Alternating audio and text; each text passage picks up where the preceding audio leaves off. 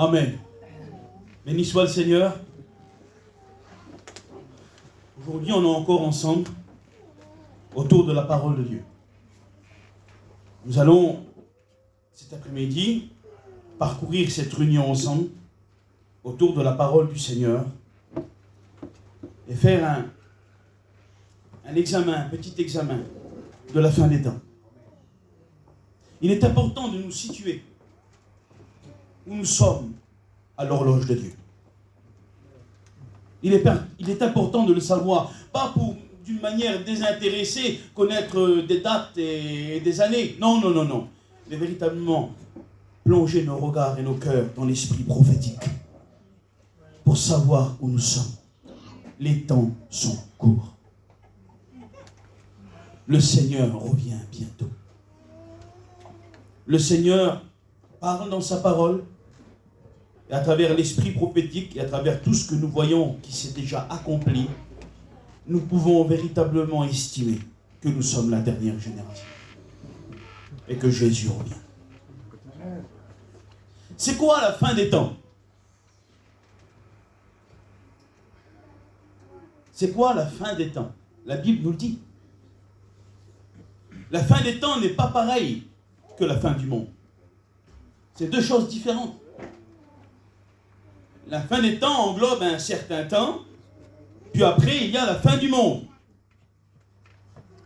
Elle commence, la fin des temps, avec la venue du Seigneur Jésus-Christ sur la terre.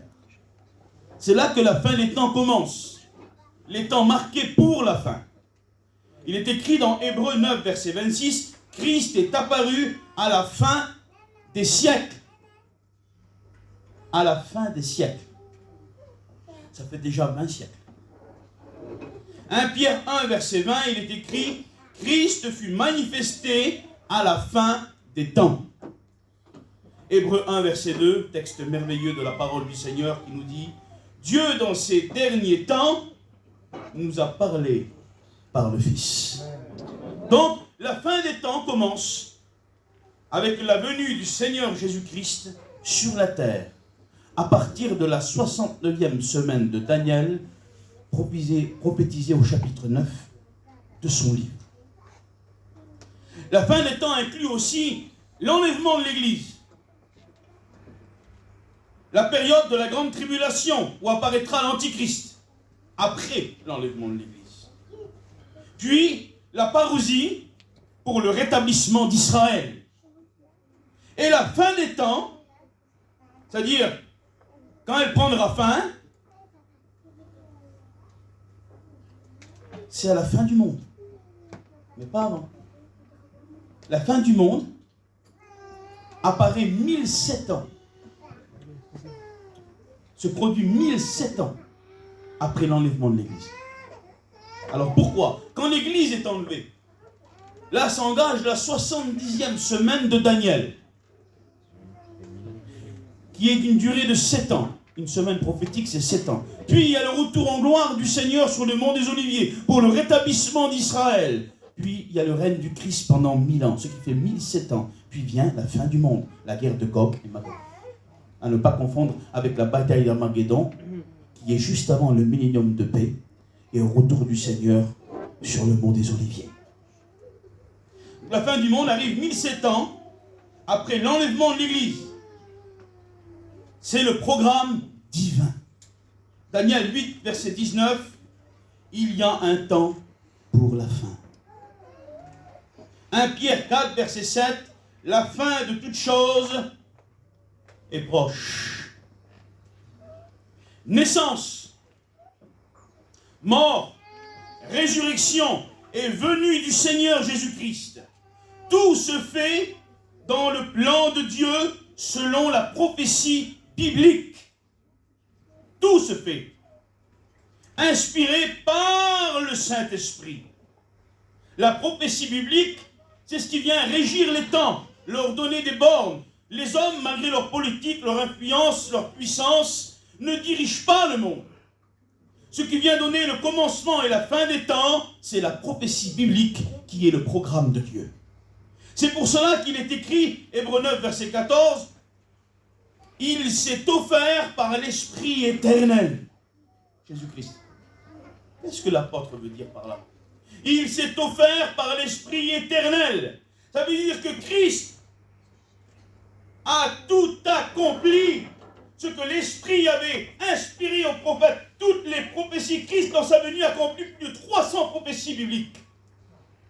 Matthieu va en citer plus de 40 dans son livre. Il y a plus de 1500 prophéties bibliques qui concernent l'Église, Israël, le retour, la parousie. Et Christ, dans sa venue, va en accomplir plus de 300 sur la terre. Il a accompli tout ce que les prophètes avaient accompli. Il va dire à Jean-Baptiste, laisse.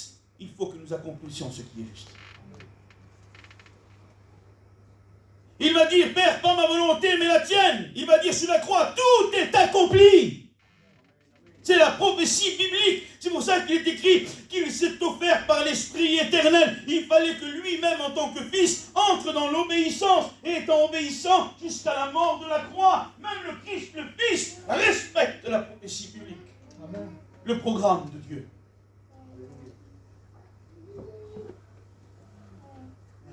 Tout s'accomplira selon la prophétie biblique. Rien ne peut y échapper. Rien. Oui, c'est le programme de Dieu. Et il s'accomplira, certainement. Et même Christ y est entré. Nous le voyons. Regardez. Quand les Israélites dans le désert venaient apporter un sacrifice sur l'autel des sacrifices, il y avait quelque chose d'indispensable au sacrifice. Avant que le sacrifice soit mis sur l'autel, il fallait au préalable que le feu soit allumé. D'abord, on allumait le feu. Et quand le feu était allumé, on mettait le sacrifice sur l'autel. Et la fumée montait. Et étant d'une agréable odeur aux narines de Dieu. Et l'Ancien Testament, c'est le feu qui est allumé par les prophéties bibliques sur l'autel. Et Christ est venu monter sur cet autel. Et il s'est offert par l'Esprit éternel en accomplissant toutes les prophéties bibliques. Il s'est offert par l'Esprit éternel. Les apôtres était au début de la fin. Nous sommes à la fin de la fin. Il disait, nous sommes arrivés à la fin des siècles. Nous sommes à la fin des temps. Dans ces derniers temps, le Père nous a parlé par le Fils, mais il y a 2000 ans. Imaginez. Nous sommes à la fin de la fin. Jésus-Christ dit que nous sommes de la 11e heure, de la dernière heure. Il dit, le Seigneur, j'ai été... de lui-même. Un maître est sorti et il a vu sur une place publique des gens qui ne faisaient rien sur la place du marché. Il a dit, allez, dès la première heure, travaillez à ma vigne. Je convainc avec vous, une certaine somme par jour. Puis il est venu à midi, il a envoyé encore, et il est venu à la dernière heure. Et il a envoyé dans son champ les ouvriers de la dernière heure. Et ça, c'est nous. Ceux de la première heure, ont un peu contesté. Parce qu'ils disent, nous avons travaillé depuis le début, c'est Israël. C'est des Juifs. Mais nous, de la dernière heure, nous recevrons la même récompense, la même part. Parce que ça s'appelle la grâce. Amen. Parce que ceux qui, de la première heure, vont contester avec le maître, et vont leur dire, cela vous dérange que je suis bon, je ne fais pas ce que je veux avec mes biens. N'ai-je pas convenu avec vous d'une certaine somme? Je fais ce que je veux avec ce qui m'appartient. Amen. Et même si nous avons travaillé que la dernière heure, il nous donnera la même récompense. Je bénis le nom du Seigneur. Nous sommes de la dernière heure. Ce qui nous prouve, une parenthèse, qu'au tribunal de Christ, les récompenses ne seront pas par rapport à l'ampleur de la tâche, mais à la fidélité de la tâche. À la fidélité de la tâche. Qu'est-ce que ça veut dire?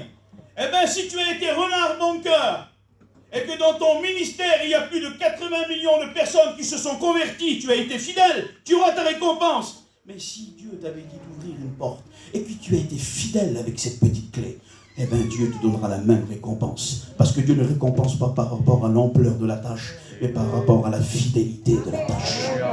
Dieu cherche des fidèles dans ces derniers temps. Dans cette dernière heure, des hommes qui s'attachent à ce qui est écrit. Des hommes et des femmes qui désirent plonger leur regard dans la prophétie biblique et se situer où ils sont dans l'horloge de Dieu. Nous sommes à la dernière heure. Nous le voyons par rapport à l'esprit de la prophétie, par rapport à tout ce qui s'est accompli ces dernières centaines d'années. C'est extraordinaire. Les minutes défilent, ils défilent. Bientôt le matin arrive. L'étoile du matin va se lever dans nos cœurs. Il revient. Il revient. 2 Pierre 1, verset 19 nous dit. Et nous tenons d'autant plus certaine la parole prophétique à laquelle vous faites bien de prêter attention. Écoutez, prêtez attention à la parole prophétique ce matin. À ce que vous allez entendre de la parole de Dieu. Considérez cette parole. Elle vous dira dans quel temps vous êtes. À quel point le temps est proche. À quel point nous n'avons plus le temps de perdre du temps ici-bas. Mais de se lever. Et de sauver les âmes. De ramener les rétrogrades. D'être des chrétiens. Comme une lampe, l'esprit prophétique. Comme une lampe qui brille dans un lieu obscur. Jusqu'à ce que le jour vienne à apparaître. Et que l'étoile du matin se lève dans vos cœurs. Il est écrit l'étoile du matin. Béni soit Dieu. Celui qui voit le matin, c'est celui qui veille et qui prie. Il est écrit dans le Cantique des Cantiques, j'ai vu mon bien-aimé venir, et la rosée du matin était sur ses cheveux. Celui qui verra la rosée du matin, celui qui voit l'étoile du matin, c'est celui qui veille et qui prie. C'est celui qui persévère et qui attend le retour de Jésus-Christ. L'Église voit une lumière réconfortante.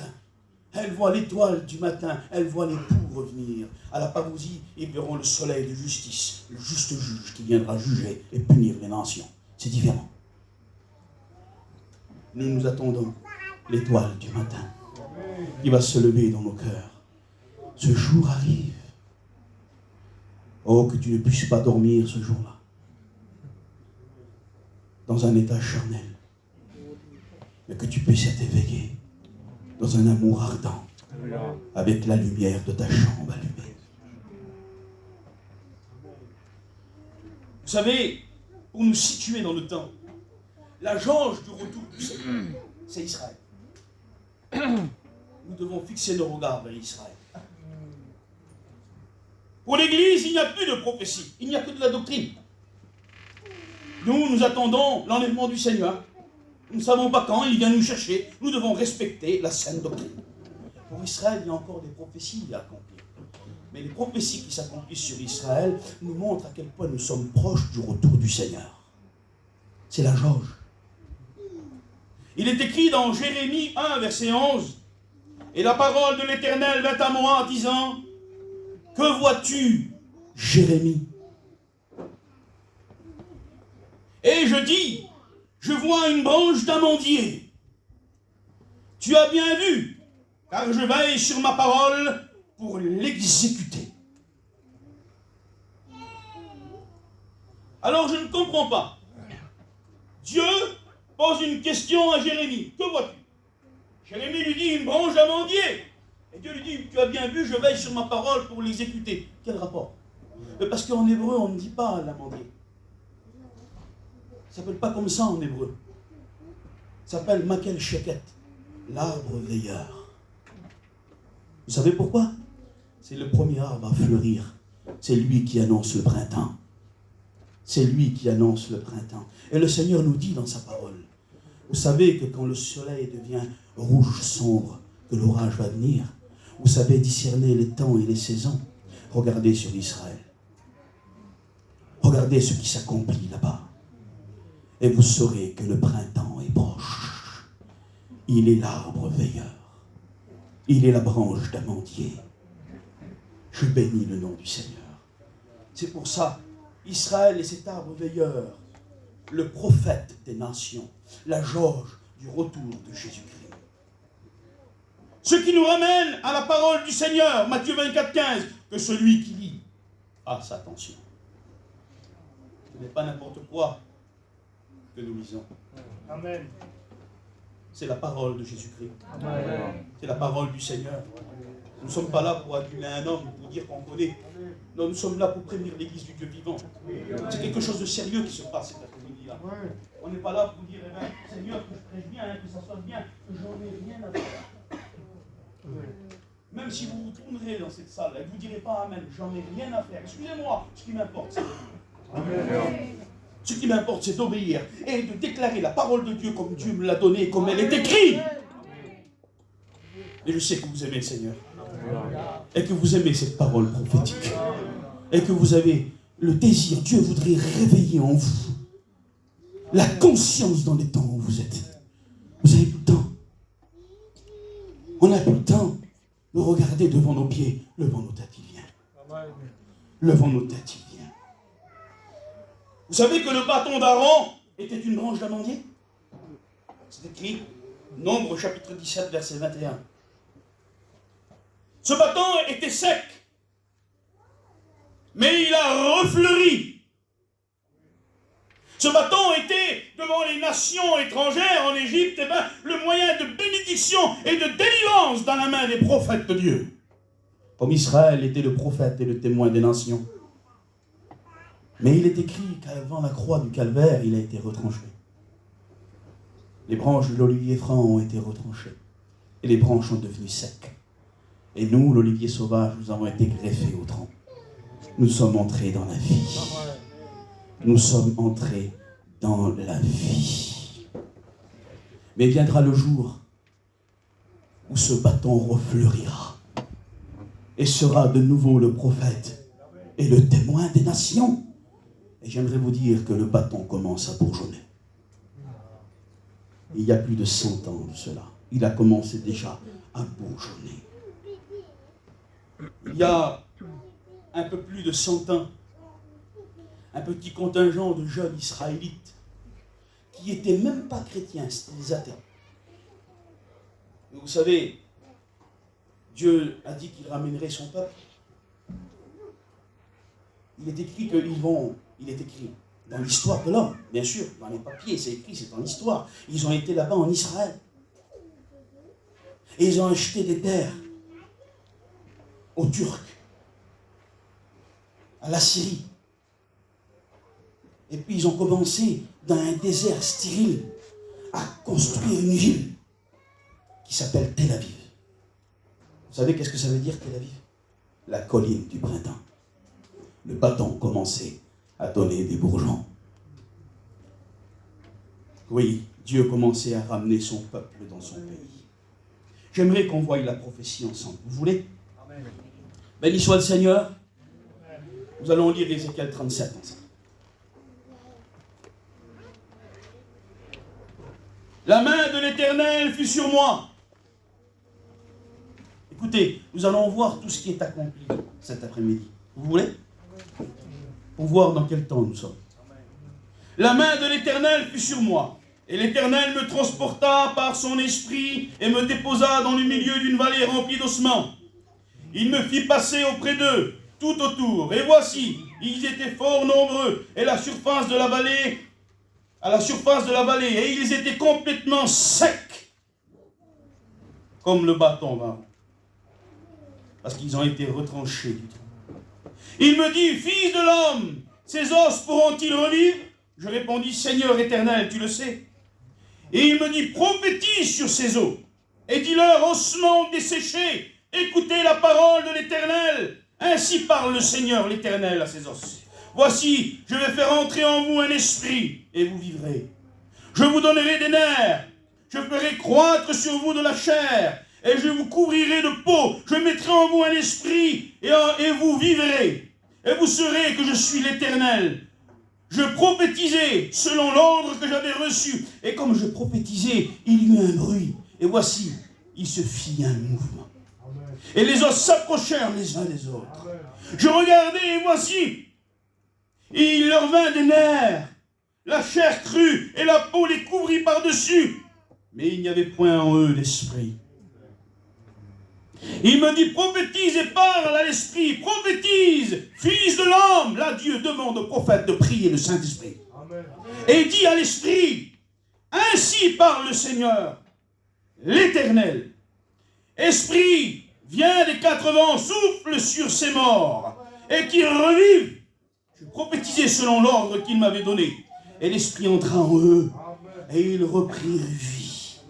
Et ils se terrent sur leurs pieds. C'était une armée nombreuse, très nombreuse. Et il me dit, fils de l'homme, ces os sont toute la maison d'Israël.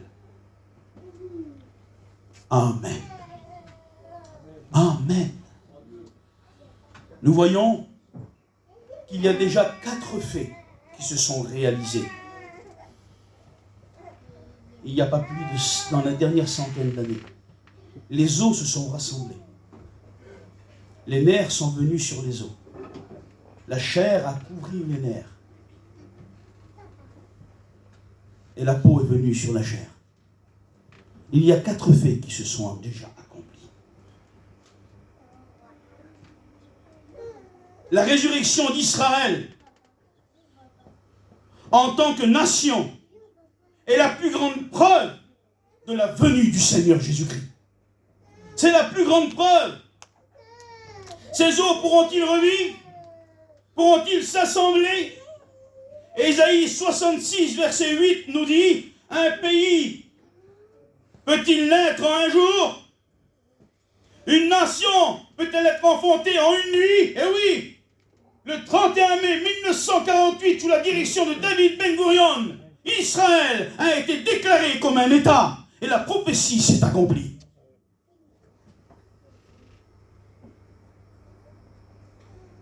L'action d'Israël, la création du squelette, elle s'est faite en 1897 avec Herzl Theodor à Bâle en Suisse qui créa le sionisme. Et c'est là qu'ils ont créé la ville de Tel Aviv, qui veut dire la colline du printemps. Le bâton commençait à bourgeonner. Puis en 1917, sous la coupe du premier ministre anglais, Lord Balfour, qui va créer les kibbutz.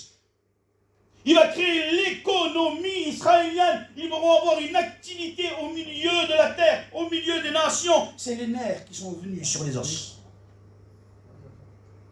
Puis, le 31 mai 1948, avec David Ben-Gurion, Israël va être déclaré comme un État au milieu des nations.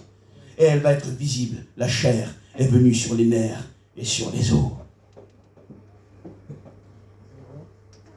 Puis nous voyons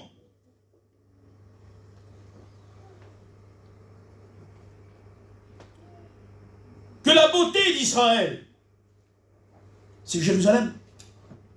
Qu'est-ce qui est la beauté du corps? C'est la peau. Ce qui fait la beauté du corps, c'est la peau. Et la beauté d'Israël, c'est Jérusalem. Si vous enlevez Jérusalem d'Israël, ce n'est plus Israël. C'est la ville du grand roi. C'est la ville du Messie. C'est la ville du peuple saint. Et c'est en 1967, par le général Moshe Dayan, que la prophétie du psaume 122 va s'accomplir. Il est écrit, ô Jérusalem, tu es fait de 2 parties qui ne font qu'une. Et il va briser le mur au milieu de Jérusalem, la réunifier, la beauté d'Israël. Jérusalem va être déclarée par la Knesset capitale mondiale, capitale éternelle d'Israël. La peau était revenue sur la chair. En 1967. Les 4 premières étapes que nous avons vues.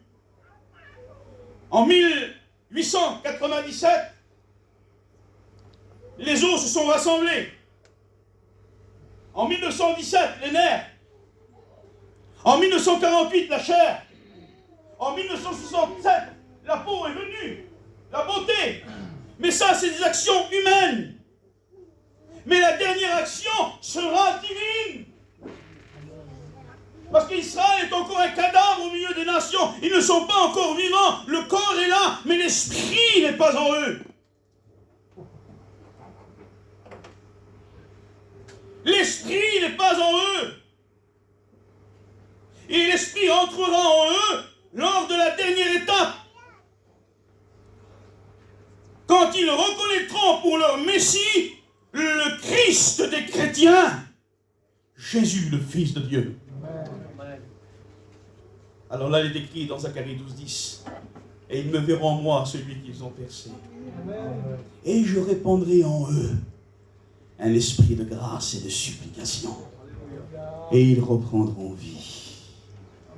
Et ils reprendront leur place. Le bâton recommencera à porter du fruit. Et ils reprendront leur place en tant que prêtres, témoins et prophètes des nations. Vous savez, Thomas l'apôtre est une des figures de la conversion d'Israël. Parce qu'il est écrit dans Jean 20, verset 28, qu'il ne croyait pas à la résurrection de Jésus. Il voulait le voir de ses yeux. Et le Seigneur va lui apparaître et va dire, sois pas incrédule, viens et crois. Mets tes doigts dans mes mains, mets ton poing dans mon côté. Et en voyant la meurtrissure du Seigneur, en voyant les marques dans son corps, et le Seigneur ressuscité, il tombe à ses pieds et il dit, Seigneur, mon Dieu. Seigneur, mon Dieu. Et quand le Christ reviendra sur le mont des Oliviers, c'est en voyant les marques de l'amour dans ses mains qu'ils se convertiront tous. Selon Romains 11, 26, il est écrit, tout Israël sera sauvé quand le Messie viendra de Sion. Quand le Messie viendra de Sion.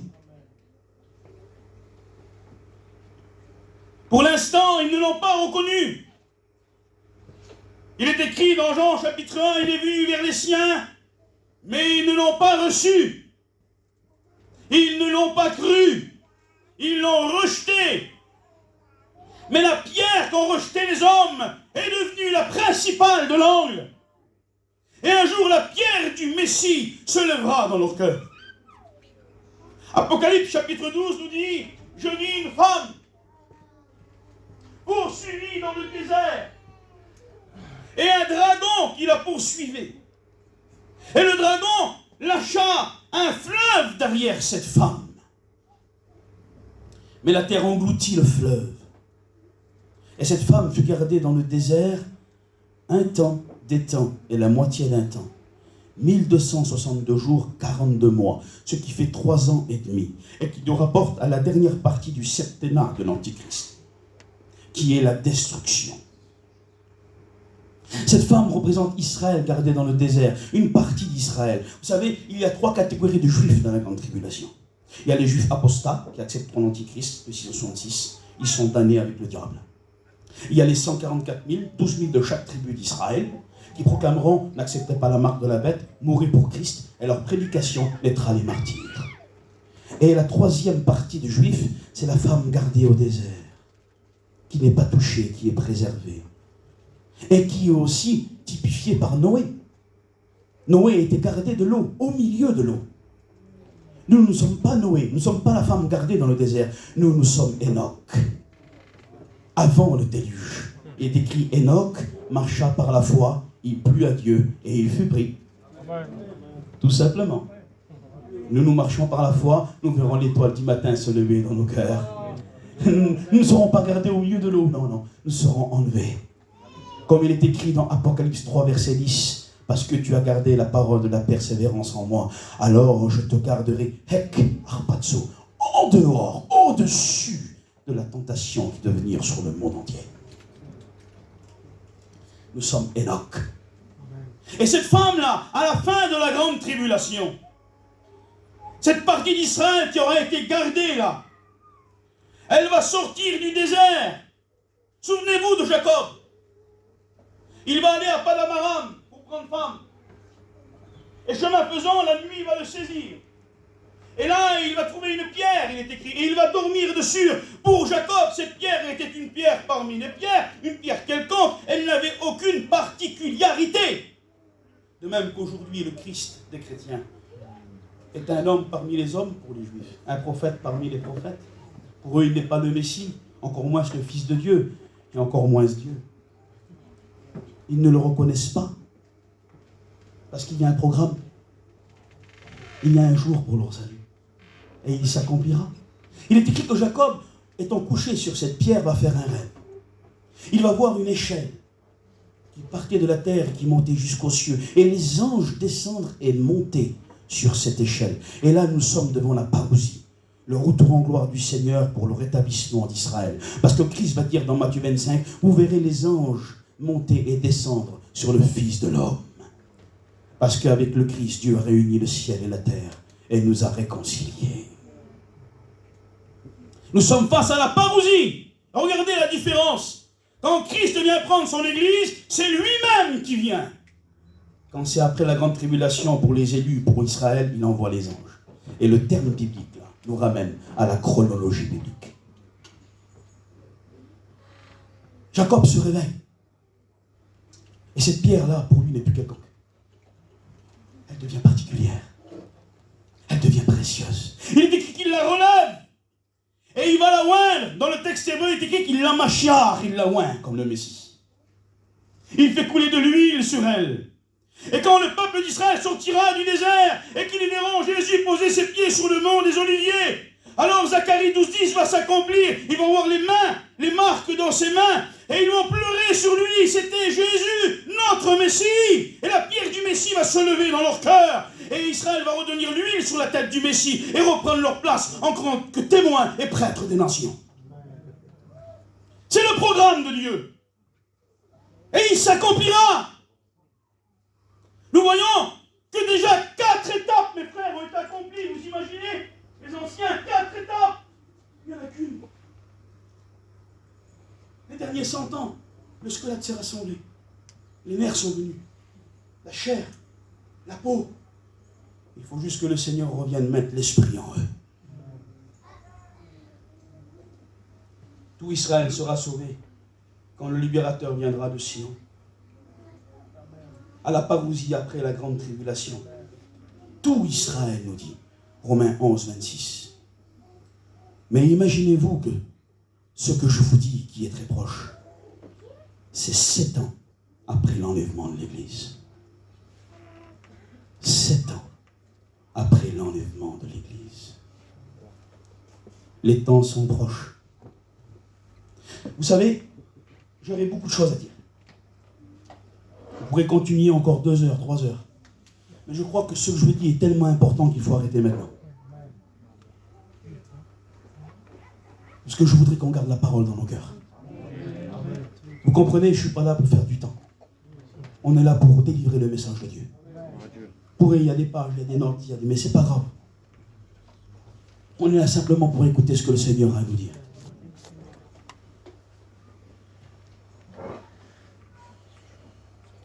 Bientôt, Israël connaîtra son rétablissement. L'Esprit va entrer en eux et ils vont reprendre leur place. Mais ça sera 7 ans après l'enlèvement de l'Église pour vous dire à quel point nous sommes proches. Jésus revient. Je me souviens quand Jimmy nous enseignait l'enlèvement de l'Église. Cet homme a marqué ma vie. Je me souviens quand le premier cours qu'il nous a donné sur l'enlèvement de l'Église, je suis rentré chez moi et j'ai pleuré devant ma femme. J'ai dit, ma femme, Jésus revient. Elle m'a dit, je sais, non, mais je te dis que Jésus revient. Il revient nous chercher. On finira pas les écoles bibliques. Jésus revient. Il avait une telle conviction de nous enseigner que le Christ revenait. Moi, je croyais que Jésus revenait. Êtes-vous convaincu qu'il revient? Alors prouvez-le par votre vie. Prions le Seigneur. Seigneur, éternel, notre Dieu, tu reviens nous chercher. Nous voyons, Seigneur, toutes les prophéties qui s'est accomplies sur Israël. Nous voyons la branche d'amandier, l'arbre veilleur, qui a commencé à bourgeonner. Et nous savons que le printemps est proche pour nous. Que bientôt l'étoile du matin va se lever dans nos cœurs. Nous voulons veiller et prier. Nous voulons rester sobres. S'écarter du monde. fuir l'iniquité et l'impureté. Restez sanctifiés en toi. Marchez vers les champs d'Abraham comme Rebecca. Savez-vous que nous avons presque atteint les champs d'Abraham? Rebecca ne savait pas où se trouvaient les champs d'Abraham. Mais Éléazar, qui typifie le Saint-Esprit, lui, il le savait. Nous avons déjà fait un pas dans ce champ.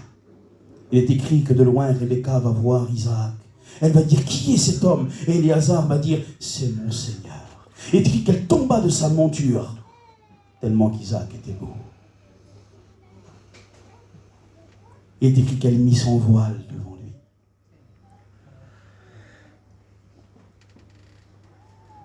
Pour le respecter. Pour se présenter devant lui comme une femme sainte, pure, digne, propre. L'Église doit être une femme propre, sainte, pure. Une fiancée pure, qui ne se souille pas avec l'étranger. Il revient nous chercher. Ne touchons pas le monde. Qu'aucune idole ne soit dans notre vie. Nous avons bientôt atteint les champs d'Abraham. L'Esprit crie en nous. Amen. Viens, Seigneur Jésus. Où sommes-nous à l'horloge de Dieu? À la dernière heure. À la fin de la fin. Ne vivez plus pour votre propre vie. Vivez pour le Christ. Sauvez les âmes. Ramenez les rétrogrades.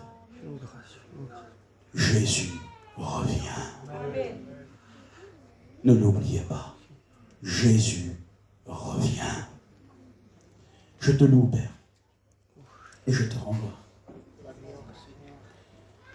Le seul but de ma vie, ce n'est pas d'acquérir des dons ici-bas. Ce n'est pas de faire plein d'œuvres ici-bas. C'est de te voir. C'est pour ça que j'endure. C'est pour ça que des fois je ne dis rien. C'est pour ça que je suis comme une brebis parmi les loups et que je compte que sur le berger. C'est parce que mon espérance, c'est de te voir. Là est ma récompense. Là est ma haute récompense. C'est de pouvoir un jour te serrer dans mes bras. De voir les marques de l'amour dans tes mains. De pouvoir te contempler dans l'éternité. Et je sais que l'éternité des éternités ne suffisent pas pour me rassasier de la splendeur de ta face. Je t'aime, Seigneur. Je veux vivre chaque jour comme si tu reviens. Et je sais que cela est possible. Tu peux revenir chaque jour. Que Dieu vous bénisse et vous remplisse de sa grâce. Faites attention à l'esprit prophétique. Jésus revient. Le temps s'accélère. Les minutes défilent tellement vite. Le temps nous manque. Rachetons le temps. Soyons fidèles. Soyons des chrétiens. Aimons-nous les uns les autres. Pardonnons-nous réciproquement. Cherchons le vieux levain dans nos maisons et bannissons-le de nos vies. Car bientôt le voyage va se faire. Que Dieu vous bénisse et vous remplisse de sa grâce.